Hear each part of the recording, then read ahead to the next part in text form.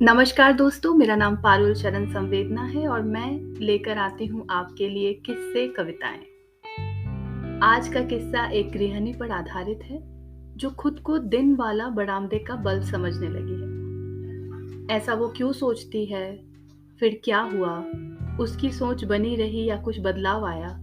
चलिए सुनते हैं किस्से और कविताओं का ये अनूठा संगम। शीर्षक है बरामदे का बल्ब।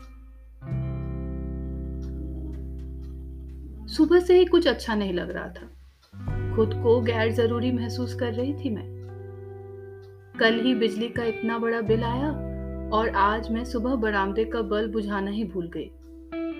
तो हर कोई मुझे आंखों से ताने मार रहा था। कैसी विडंबना है, मैंने सोचा।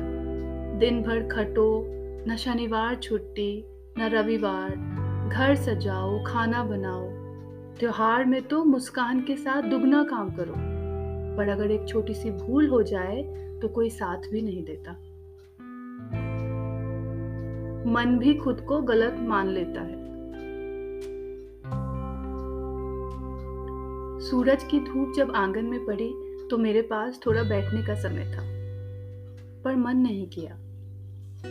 कुछ काम भी बचा था, पर कुछ भी करने को दिल कहाँ कर रहा था। पूरे हाड़ मांस का शरीर होते हुए मैं खुद को कुछ नहीं महसूस कर रही थी। कभी कभी हम दूसरों से नहीं, खुद से ही हार जाते हैं। दिमाग में पहले से ही अपना उदास चित्र बना लेते हैं। किसी के कुछ कहने से पहले ही हमारा निष्कर्ष निकल चुका होता है।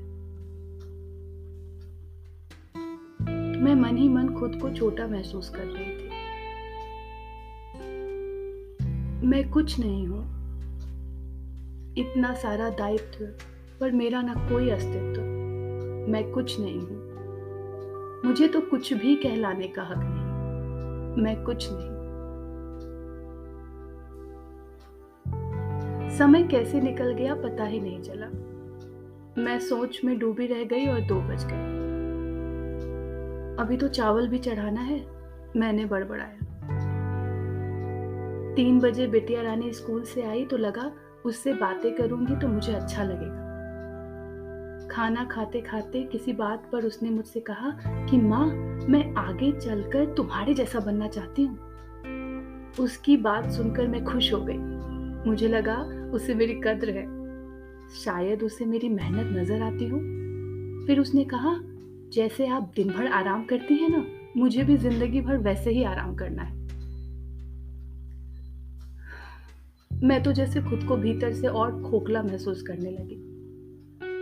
उसने आगे क्या कहा मुझे कुछ सुनाई नहीं दिया। मैं सोचने लगी कि इतना सब कुछ करने पर सब मेरे बारे में ऐसा सोचते हैं।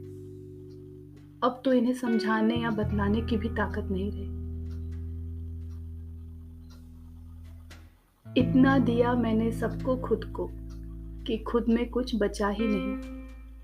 आईने में भी गुम हो जाती हूँ, कहीं मैं अपनी ही परछाई तो नहीं।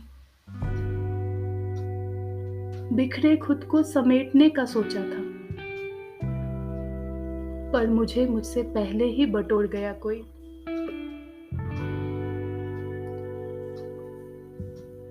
शाम हुई तो मन इतना चोट खाया हुआ था कि रोशनी करने का मन ही नहीं किया। बरामदे में अंधेरे में ही बैठी थी कि बाहर वाले गेट से पतिदेव के आने की आहट सुनाई दी। आते ही पतिदेव ने मजाकिया लहजे में टोका कि इतने अंधेरे में क्यों बैठी हो? सुबह जो बिजली का बिल बढ़ाया वो बचा रही क्या? इनका मजाक मुझे सुई की तरह चुभा। मेरे चेहरे पर आंसू आने को बिल्कुल तैयार होने लगे और मेरे मना करने पर किनारे से निकलने लगे। आंखों के किनारे वाले आंसुओं की पीड़ा आंखों के सामने से गिरने वाले आंसुओं से अधिक होती है। उन्हें तो सामने से आने का भी हक नहीं होता। मैं साड़ी के आंचल से छुपते छुपाते आंसू पोंछते हुए घर के अंदर चली गई। अगले दिन चढ़ने के बाद भी बरामदे का बल्ब ऑन था और सबकी निगाह फिर से मुझ पे। घर में सबसे पहले उठती हूँ ना, इन सब से पहले, इसलिए मेरा ही फर्ज है हर चीज़ का ध्यान रखना सारी मेरी ही गलती है। मैंने झल्ला कर कहा, हाँ हाँ मैं ही गुनहगार हूँ। बिजली का बिल मेरे ही कारण आया है। जैसे ये दिन में जला बरामदे का बल्ब बेवजह है ना, वैसे ही मैं भी हूँ। हम दोनों का कोई काम नहीं। आंखों में आंसू लिए मैं कमरे की तरफ चली गई। पतिदेव पीछे पीछे आए और पूछा, इतनी छोटी सी बात पर इतनी दुखी क्यों हो गई? मेरे मन में इतना गुस्सा भरा था कि सही शब्द जगह ढूंढ ही नहीं पा रहे थे। सारा गुस्सा फिर पानी होकर निकला और मैं बच्चों की तरह जोर जोर से रोने लगी। मैंने कहा, एक छोटी सी गलती हो जाए तो सब मुझे ताने मारने लगते हैं।